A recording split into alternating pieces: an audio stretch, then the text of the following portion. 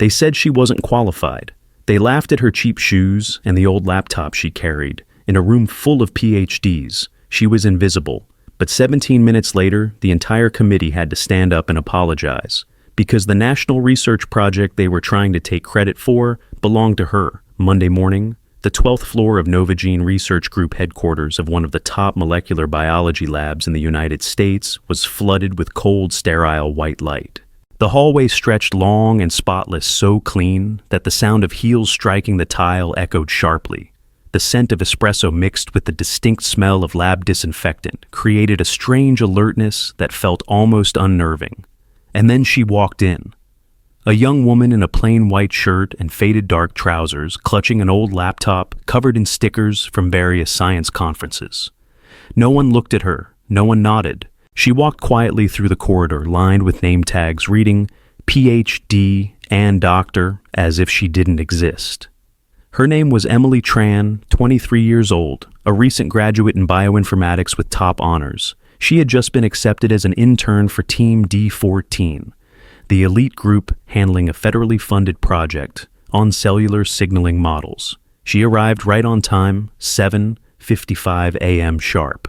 When Emily stepped into the Monday morning briefing room, a lab assistant glanced up over her glasses and asked, without lifting her head, "You're the new intern, right?" "Yes, I'm Emily. I was just assigned to Team D14. Just grab a seat in the back for now. The coffee machine's on the left. If you don't know how to use it, ask an admin." There was no overt malice in her tone, but in those few words lay an unspoken assumption.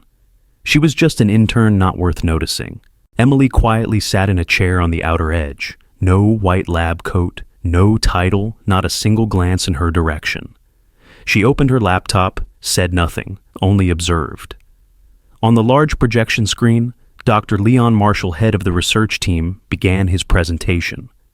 The topic, modeling signal, transduction in stem cells, using data optimization, algorithms.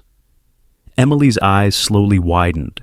She recognized that chart, that logic flow. Even the naming conventions of the variables were identical to the thesis she had submitted 6 months ago, a paper that had been rejected at a student research conference. And sitting on that judging panel was none other than Dr. Leon Marshall. She froze. Everything being displayed now, before dozens of top researchers, was the result of her quiet work developed in a cramped apartment room. Now her name was gone. There was no credit, not even a word of thanks. The meeting ended with thunderous applause, but it wasn't for her. As Emily stood up to gather her things, a young engineer walked by smirking. "Better? Get used to it. Around here, no one notices interns." She didn't react, just gave a faint smile, then quietly opened her old thesis on the laptop. Line by line, code by code, she refined it, upgraded it, sharpened every algorithm. She didn't need to speak, because one day they would have no choice but to fall silent and listen. For the next 3 days, Emily arrived earlier than everyone else. She sat at the corner desk by the window, where the morning light streamed diagonally through the glass, spilling across the pages of the documents she brought.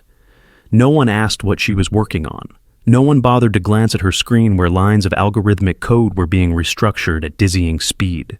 If anyone had been curious, they would have seen. Emily wasn't just rewriting, she was surpassing herself. Each night long after the lab lights were turned off, Emily remained at her desk, fingers typing steadily. Eyes locked on the screen, a cold cup of tea by her side. She wasn't alone, she had simply grown used to. No one standing with her. On the 4th day, an internal email was sent out. Phase 1 evaluation, Friday conference room, 4th floor. All team leads will present preliminary findings to representatives from the Department of Science and Technology. It was a major event. Some results would be selected to be showcased at the Federal Research Summit, the same summit attended by scholars, sponsors, and the press. Emily said nothing. That evening she reopened her old thesis draft. She marked every chart, every original hypothesis, clearly annotated with timestamps from her initial upload to the university's student portal. What no one knew was that Emily had encrypted all her raw data into a secured blockchain, and with a single command, the system could auto-retrieve real-time proof of origin. She didn't want revenge. She just wanted the truth to come to light in the quietest, sharpest way possible. Friday 9th, AU0 AM conference room, that's 4th floor. Dr. Leon Marshall presented first. His voice rang with authority, eyes gleaming with confidence. On the screen, diagrams of biological signaling models drew murmurs of admiration from the panel. A representative from the department nodded impressed. Quite a novel approach. I've never seen cellular response diagrams designed in such a linear progression. Leon smiled proud. But from the back of the room, a soft female voice rose. "Excuse me, I have a question about that diagram." Heads turned. Emily stepped forward, holding her laptop. The screen already open. She plugged into the auxiliary projector, and instantly a time-stamped interface appeared. File name, stem signal. Model V1. Exceeds. Emily Tran creation date, March 22nd. Author Emily Tran. Original authentication verified via EduChain. Registry. The room froze, Doctor. Leon squinted. The department representative glanced at him, then back at Emily. No one spoke. Emily didn't raise her voice. She wasn't angry. She was simply ready to reclaim her voice through the very silence they once dismissed. The atmosphere in the conference room froze. All the whispering, pen tapping, and page flipping stopped. On the projection screen, the copyright verification appeared crystal clear. Author Emily Tran, creation date, March 22. A representative from the Department of Science furrowed his brow, stepped forward and carefully examined each piece of evidence Emily had just displayed, including the original blockchain authentication and string, the official university submission receipt, and the untouched first draft of the file. He looked up at Dr. Leon Marshall, his voice calm but firm. "Dr. Marshall, can you explain why the models in your report match almost identically with the documents registered by Ms. Emily Tran nearly 6 months ago?" Leon stood frozen. Sweat began to bead on his forehead. He tried to stay composed. "I may have come across the material during a seminar. I can't recall precisely. Perhaps it subconsciously influenced the direction of our team." A murmur rippled through the room. But in the academic world, perfect replication is never considered accidental. Emily remained still, her face calm, void of anger. She didn't need to speak. The evidence had already spoken for her. One of the senior technical advisors from the department finally spoke slowly. "We will need to temporarily suspend the report submitted by Team D14 pending an investigation. In the meantime, Ms. Emily, we request that you preserve all original documents for verification." Below several members of the research team, those who had once ridiculed Emily now avoided her gaze. One of them whispered, She's the one who wrote everything we've been using this whole past month." Another bowed his head, saying nothing. At the end of the session, when most had already filed out, only Emily and the department representative remained. The middle-aged man nodded at her, his eyes filled with unmistakable respect. "You did well, Emily. Not everyone has the courage to stay silent when their work is stolen and speak up at exactly the right moment." Emily simply smiled, the quiet strength in her eyes unshaken. "I didn't need to win an argument. I just needed the truth to be seen." Outside, a light rain began to fall. But to Emily, the heavy cloud that had loomed for weeks had finally begun to lift. No one called her the nameless intern anymore. Now the name Emily Tran was etched into the National Research Verification System as the original author of the project. 3 days after that explosive meeting, Lab D14 fell into an eerie silence. The once boisterous chatter of researchers who had mocked Emily was gone. No one dared to ask her to make coffee or print documents anymore. People began avoiding her gaze. She still arrived on time, still sat at the same old desk by the window. But today, beside her laptop, there was a folder, an official invitation printed on United States government letterhead. Sender Office of Science and Technology. Policy OSTP subject. Invitation to present at the National Research Forum. She stared at those words. Not a student conference, not a minor workshop, but a high-level forum attended by leading scientists, government ministers, and representatives from the Rockefeller Foundation, the Gates Foundation. Emily sat still for a few seconds, then quietly closed the folder. Her eyes shimmered, but not a single tear fell. That afternoon, she received an internal call from the executive floor, the level reserved for Novagene's top leadership. A polite female voice came through. "Hello, Ms. Emily. The chief executive officer would like to have a private meeting with you at 3:00 p.m. today in room 19A. This is a special request." Emily froze slightly. The CEO of Novagene was a renowned figure in the scientific community, a former Harvard professor and co-founder of several global research investment foundations. For an intern to be summoned to that floor was nearly unthinkable. 2:58 p.m. room, 19A. Emily stepped in, still in her familiar white shirt, her hair neatly tied back. Inside, Director David Whitaker was already waiting, accompanied by a senior female advisor. He smiled, gesturing toward a seat. "I've been following the entire process. And, to be honest, I'm impressed." Emily nodded slightly, saying nothing. "Your composure along with your research capability is exactly what we're looking for." "Oh, Novagene is preparing to launch a new research branch independent from D14, and I want you to lead that team." She looked up, unsure if she'd heard correctly. "You mean, I would be the head of the research group?" David Whitaker nodded. "Not because you were the one whose work was stolen, but because you created it in the first place. And more importantly, because you chose to stand up with integrity." Emily stepped out of the meeting room as the clock struck 4:00 p.m., sunlight fresh after the rain streamed diagonally through the long hallway. She didn't smile, but her face glowed in a way that only those who have reclaimed themselves truly understand. The next morning, an internal announcement from the CEO was sent across the entire Novagene system. Effective June 1st, the Independent Research Division, G21, is officially established under the Federal Scientific Strategy Council. Lead Research Supervisor, Emily Tran. That name, once passed over in silence, now appeared clearly on bulletin boards and inboxes and in whispered conversations throughout the hallways. Back in Lab D14, the air was heavier than ever. Dr. Leon Marshall, the man who had once presented Emily's work as his own, was now under official suspension. Pending investigation, his office had been sealed, his nameplate removed. Those who had once applauded, who had interrupted Emily in meetings, now sat quietly, no longer daring to raise their voices. When Emily returned briefly to retrieve a few personal belongings, a female researcher, the same one who had once directed her to sit in the back and make coffee, hesitantly approached Emily. I didn't know it would turn out this way. We just thought you were an intern, so..." She couldn't finish the sentence. Emily looked at her calmly, without bitterness. She simply said softly, "Because you thought I was someone small, you gave yourselves permission to treat me small." The woman flushed red, lowered her head, and said nothing more. As Emily exited the lab, she passed a few junior staff members whispering in the corridor. One turned away when she looked over. Another awkwardly greeted her, "Good peeps."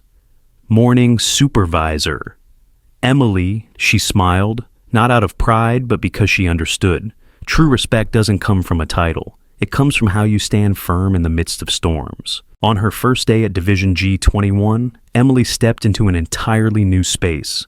The lab had been redesigned from an old rooftop floor, now flooded with natural light, quiet and immaculately organized. Next to her new desk, she placed a single photograph. Not an award, not a research paper, but a photo from her graduation day, holding her original thesis, the project that was once forgotten. A silent reminder, even if they don't recognize you today, work as if the whole world is watching you prove what's true. June 18th, Federal Conference Center, Washington, D.C. A solemn atmosphere filled the main hall, the venue for the United States National Research Forum, attended by over 600 scientists, scholars, investors, and representatives from global non-profit organizations. Her name appeared with distinction on the giant LED screen at the center of the stage. Emily Tran, lead scientist, Novagene G21, presentation, reconstructing stem cell signal transduction, models using response layering algorithms. She stood center stage, the spotlight casting a gentle glow, no longer in her old white shirt. Today she wore a simple yet elegant suit, her hair neatly tied back, her eyes still carrying the quiet fire they once held in that lab on the 12th floor. But this time, hundreds of eyes were on her, and not a single one dared to underestimate her. Emily began her talk with a single sentence that brought the room to stillness. When I wrote the first lines of code for this model, I was just a final-year student no one remembered. Today I stand here because I believe science doesn't belong to titles or ranks. It belongs to truth and perseverance. A wave of muted applause rose throughout the room. Then she moved into the academic core, precise, incisive, and remarkably clear. Every chart she presented was backed by concrete data. Every concept was illustrated with verified experiments. She didn't just speak like a researcher. She sounded like someone who had lived alongside every line of that algorithm for months. When the Q&A session began, an elderly professor from MIT stood up, his voice filled with enthusiasm. "I've been following this research from afar since the copyright case became public, and I must say I'm thoroughly impressed. Have you considered expanding this model into clinical applications?" Emily nodded. "I believe that when integrated with early-stage cancer cell data, the response layering algorithm can potentially predict individual drug responsiveness. That's the direction my team at G21 has begun." Piloting applause erupted across the room, not out of politeness, but as a sign of genuine recognition. After the presentation, Emily was invited back to the stage, this time not to present, but to receive a special commendation from the Federal Office of Science and Technology Policy, honoring her exceptional contributions and unwavering integrity in the face of intellectual theft. In that moment, a photographer captured the scene, Emily holding her certificate standing on the grand stage, yet her eyes were gazing past the audience as if searching for something. Perhaps it was the faces that once looked down on her. Perhaps it was her former self.